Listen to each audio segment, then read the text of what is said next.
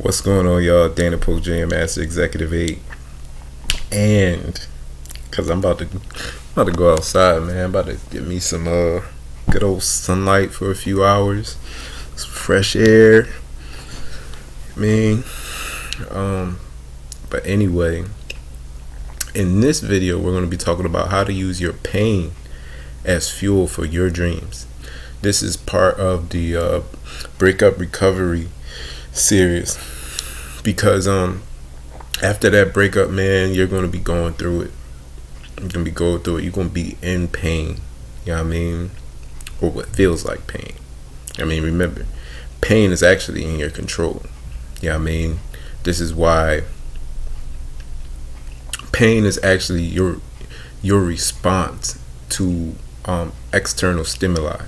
You know what I mean? Like, you actually, I know this may sound weird, but you actually cause pain on yourself. Yeah, you choose to interpret a signal as pain or not.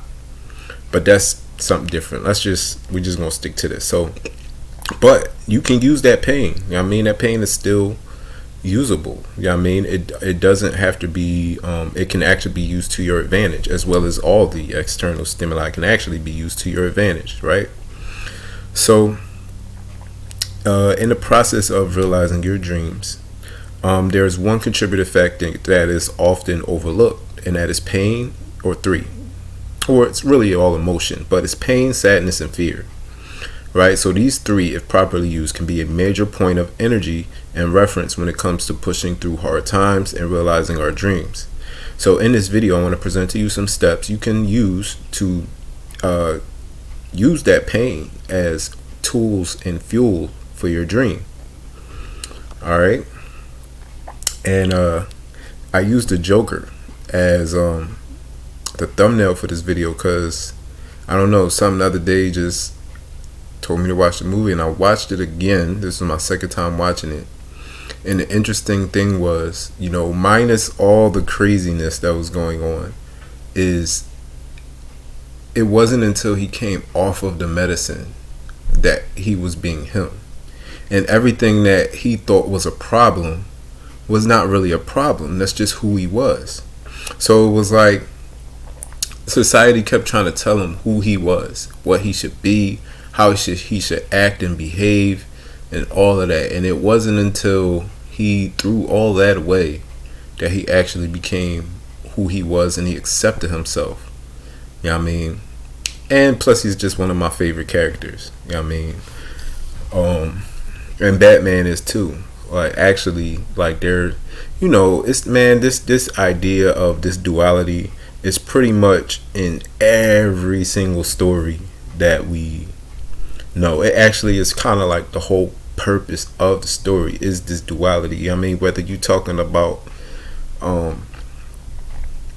Horus and Set, you know what I mean, Jesus and Satan, you know what I mean,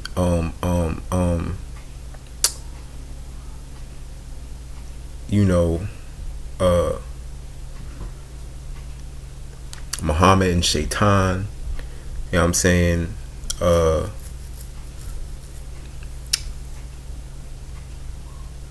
don't know, Optimus Prime and freaking what's his name? Dang, man, I forgot the guy's name. You know who I'm talking about, though. Anyway, let's continue. Duality. Right? So, the first thing you want to do is feel the feeling. You know what I mean? Whether that's, don't run from your feelings. Whether it's pain, sadness, fear, whatever it is, feel it. Right? I mean, like, if you have to, just sit there and just bring it, like, whatever it is, feel it. Like, actually feel it. You know what I mean? Don't run from it. Because what happens is when you run from it, try to push it down or something, it's going to come out some other way. Like, it's not going anywhere. You know what I mean? It's going to come out some other way, or it's just going to grow more in intensity because you're not dealing with it. You know what I mean? So don't run from it. Feel it. And then what I want you to do is reframe it. You know what I mean? One part of just feeling it is just remember all the times that were associated with that particular feeling. I mean, that made you feel some type of way. I mean, like I said, don't run from it. You know what I'm saying? So some examples are, You know, people that rejected you. You know, that teacher that said you would never become a millionaire. You know what I mean? Seeing your mom cry because, you know, she couldn't give y'all Thanksgiving. So, like, she just went in the kitchen and made whatever that she had as Thanksgiving dinner. You know what I'm saying? Using the stove for heat, using the neighbor's electricity. You know what I mean? Looking in your cabinet and being nothing but a box of cream of wheat there. You know what I'm saying? Now, like, what I don't want you to do is necessarily, like, right now, we're not comparing our pain to others, because best believe, yo, if you went through something, there's somebody that went through something 10 times worse than you. But we're not doing that right now. You know what I mean? We're just using your pain. You know what I'm saying? Like, because, like, I know I have that tendency sometimes to compare my pain to somebody else's and be like, well, I ain't went through nothing. I mean, which is great. But right now, when we talk about using this for fuel, we have to feel it. So, like, don't compare. Just leave the comparisons out for now. Just feel whatever it is that you went through. Because, you know, say you came up with a silver spoon in your mouth. You know what I'm saying? Like, your pain is going to be different than somebody that came up in poverty. But does that make it less painful? Does that mean you're not having that same emotional charge that somebody else did? No. Your pain is just different. Your pain may be that stuff was given to you all your life, so you don't know what it's like to work for anything. And that's painful to you. You know what I'm saying? So, like, who is somebody else to be like, oh, well, you ain't went through nothing? You have no idea what that person is going through. You know what I'm saying? Their parents may be, I mean, even though they're well off, their parents may not pay them any attention or any mind. So they don't even know. They can have parents and still not know what it's like to have parents. You know what I mean? So, like, this is your pain. Feel your pain. Don't compare it to anybody else's. Right? You know what I mean? Some other examples are the pain of not having a father figure around or a mother figure. The pain of being broke all the time. You know what I mean? The pain of going to school and seeing everybody else with Christmas presents and everything, and you the only one that never got nothing for Christmas. You know what I'm saying? Having the same 3 pairs of pants that you wear all the time. You know what I'm saying? You got holes in your sneakers. You know what I'm saying? You get picked on when you go to school. You know what I mean? You're trying to do things to boost your status just so you can fit in. The pain of never fitting in. I mean, pain of having your friends that as soon as you don't have anything, you don't have any friends. You know what I'm saying?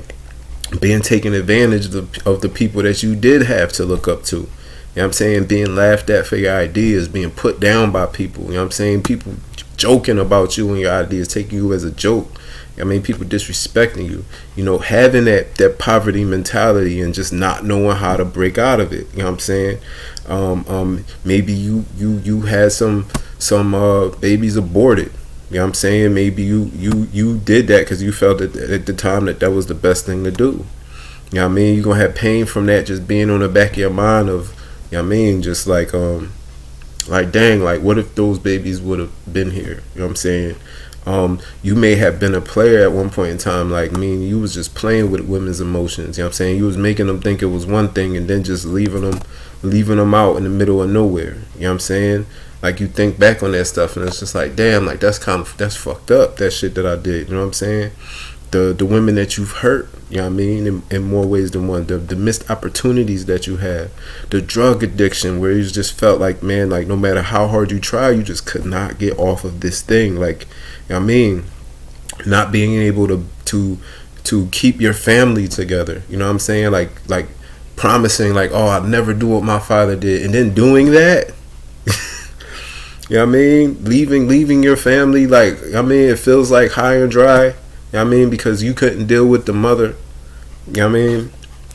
You know what I mean? And he may have only been a baby. You know what I mean? At the time, like a baby. It's like, you know, looking back on it, like, dang, like, you know what I mean? You might wish you had made a better decision. You know what I'm saying? Not being able to take care of your child the way you want to. Like, as a man, I know as a man, I don't know about it as a woman, but as a man, that's painful to want to do so much for your children and just not being in that position right then and there. You can use that as fuel. You know what I'm saying? Not knowing what it's even like to be a man. Because, yo, to tell you the truth, even if you have a biological father, that doesn't always mean you have an actual man in your life. Like, a lot of people might be like, well, they had a 2-parent household. Yeah, but was that father actually a man? Did he teach his son how to be a man? Did he teach his son how to deal with women? You know what I mean? Or did he just teach his son that all women are the same? You should just treat them all nice and just do as much as you can for them and give them the sun, the stars, the moons, and the mountain? Yeah. You know what I mean? If you had one of those, you probably didn't really learn how to be a man. And your mother can only do so much. You know what I mean? She's definitely very, man, I learned a lot of messages, a lot of things from my mother, but she can only do so much when it comes to teaching a man how to be a man. And I thank her for everything that I did learn. You know what I'm saying? But there's that missing piece. You know what I mean? That now, boom, now you going out in your surroundings and you're still looking for that male. Like as boys, we naturally seek out a father figure. You know what I mean? So when we latch onto them, now whether that's and depending on how desperate you are, you're not even going to care whether this person is actually good for you. This person may be taking advantage of you, but because they show you some things of what it might mean to be a man, you stick to that person. You know what I'm saying? Not knowing why you're here. You know what I mean? Like, man, one of the most painful things is coming to the realization that you have no idea why you're on this planet. And to not even know where to start. And to even think that some of the places that you were once taught were like the way or have been being used for years to keep people under control. You know what I mean? And then it's like, well, damn, like, I mean, where do I get answers from? Like, who really knows these answers? Like, that can be painful in itself. You know what I'm saying? Any verbal abuse that you put up with. You know what I mean? In your relationships, man, almost marrying a hoe. Like, yo. And if you almost married a hoe and you didn't, you dodged a bullet. But there's a lot of pain that comes with trying to make a hoe into a housewife. If you've ever done that, that is a very painful experience because you're literally trying to do something that is just impossible. There's no way you can do that. You can't do it. You know what I mean? I don't know. You know what? I'm not going to say you can't do it. Maybe somewhere in some alternative view. I don't like blanket statements where you just say you can't do something. Like, maybe somebody out there did, but the odds of that happening are very low because most of the time hoes don't love themselves, which is why they are hoes to begin with. They don't love themselves, so they go through all of this stuff to try to get love. You know what I mean? It's going to take a lot of dudes to get them love, a lot of abuse, like they actually love abuse. You know what I mean? They love, that's how they get their love. You know what I mean? Being betrayed, being backstabbed by people. And I say people because friends, real friends, don't backstab you. If anybody's ever stabbed you in the back, they were never your friend. They were just people who disguised themselves as friends, who later you just found out were just some people. You know what I mean? So, like, friends don't backstab you. Friends don't stab you in the back. People stab you in the back, and they disguise themselves as friends. All right, if you experience public humiliation of any kind for no reason, like not some like just public, like you actually did something. I mean, like, man, I had a situation happen on one of the last jobs that I left, man, and like I did something which, yes, it wasn't the right thing to do, I admit. But they literally made this whole spectacle about, when I say they pulled the whole company together, you know what I'm saying? And like, even as I'm walking in there, it's just people just like, oh man, I thought you was better than that. Like, they was just, man, they was eating it up. They was eating it up. Yo, I'm telling you, when you as a chosen one do something wrong, people love it. They eat it up. They can't wait to tell you, because most of the time you're pretty much perfect for the most part. I mean, by perfect, I just mean you on point with most of the stuff you do. So when it's something that you slip up on, man, people eat it up. They can't wait. You know why? Because it makes them feel better about themselves. So I'm literally walking in there, man, people shaking their head. Oh, man, I thought you was better than that. I turn to somebody else to talk to them. They like, man, like, I can't believe you did that. Oh, man, I can't. Man, I'm just like, yo, what the fuck is going on? Like literally, people is literally eating this shit up right now. And then they expect you. Another thing they're going to expect you to do is to make excuses for what happened. So, and that's interesting because, the guy, he immediately, started making excuses. I ain't make no excuse. I told him, yeah, what I did, shouldn't have done. I mean, blah, blah, blah, blah. You should do it this way, and you shouldn't do it that way. And that was the end of that. You know what I mean? So, yo, when I tell you I felt like I got crucified that day, that's what it felt like. It wasn't an execution. I mean, I wasn't dying or nothing like that, but when you talk about being pulled and just this spectacle for everybody to see, so everybody can point fingers and talk shit about you and all of that, that's what it felt like. You know why? You know why I say that? It's because that happened to nobody else the entire time I was there but me. I'm the only one that they did that to, that they pulled the whole company. They pulled the whole company to come watch me be told that what I did was wrong. If that was anybody else, I could guarantee you they wouldn't have did that. They'd have just probably pulled them to the side. Yo, y'all shouldn't have did this, blah, blah, blah, blah. Like, man, whatever. But anyway, yeah. Public humiliation just because. You know what I'm saying? Unfair treatment by the police, man. If you a black man in the hood, you know what it's like, man, to just be straight up just profiled for no reason. To have cops telling you they're going to put something on you. You know what I mean? To be stopped for no reason. To be thrown on the ground for no reason. To be harassed for no reason at all. You know what I mean? Like, you know what that's like. You can use that pain. You know what I'm saying? You can use that. I mean, being if you were a pushover, you know what I mean, if most of your life you was a pushover, like people, you just let people, you know what I mean, this comes with a part of, you know, somebody not really teaching you, you know what I mean, how to stand up for yourself, you know what I'm saying?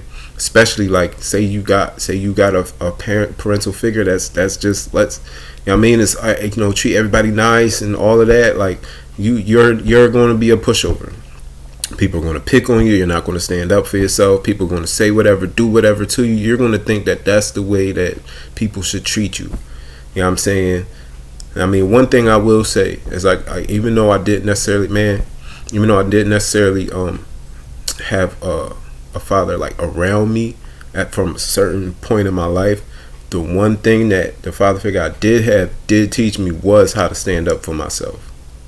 You know what I mean? I will say that. I will say if it's one thing I learned, the guy wasn't my father, but he taught me how to stand up for myself. He taught me how to fight for myself. You know what I mean? My real father, he did help though too. You know what I mean? He put me in some taekwondo classes where I learned how to kick. I ain't going wild. Once I learned how to kick, it was rizzat. But yeah, man. So yeah, being a pushover was a thing. You can use that for pain. If you were, picked on in school, if you were even picked on as an adult, a lot of people don't know, like, that happens even as an adult. Like, you know what I mean? You can be a pushover. People could just say whatever. Like, I'm gonna keep it real. A lot of stuff I'm learning late in life. Like, I'm just recently coming up on all these ways to protect your energy. You know what I mean? Not let people just use your energy for whatever they want to use it for. Even something as simple as time.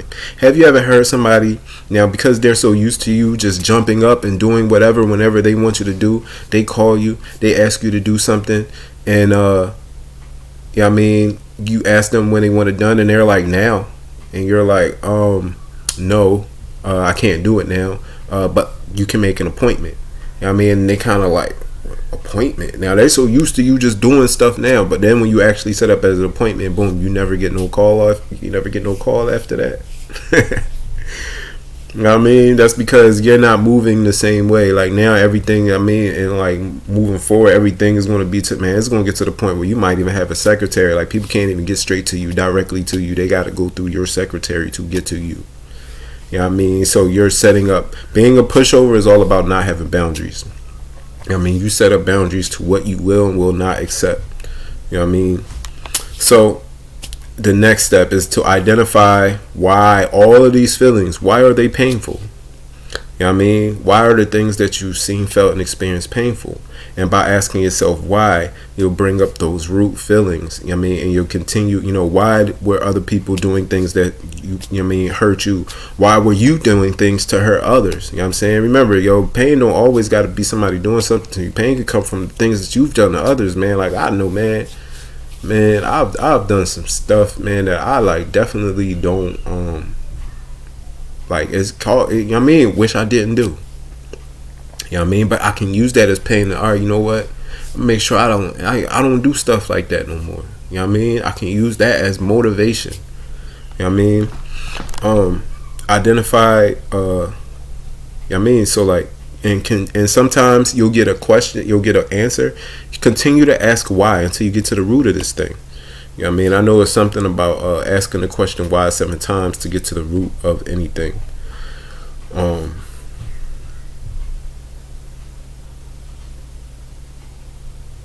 Another thing too, man, I do want to point out is painful that you can use as fuel. You may come into, like I said, people that you trust. I mean, these can even be teachers. You know what I'm saying? That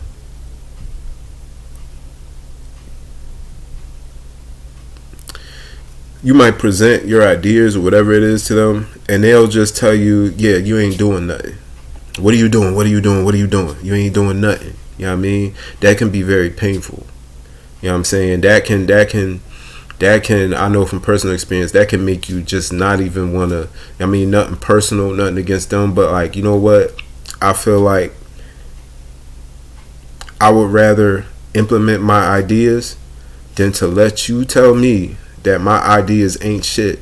And then to get on my deathbed and be like, I wish I did this, I wish I did that, I wish I did this, I wish I did that. I would rather deal with that than to deal with, I wish I did this. You know what I mean? Because you told me that what I was doing wasn't shit.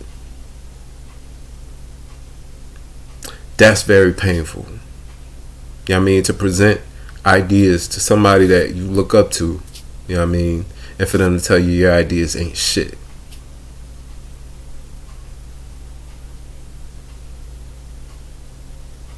And even more painful is for them to assume that they know what's going on with your life without even having a conversation.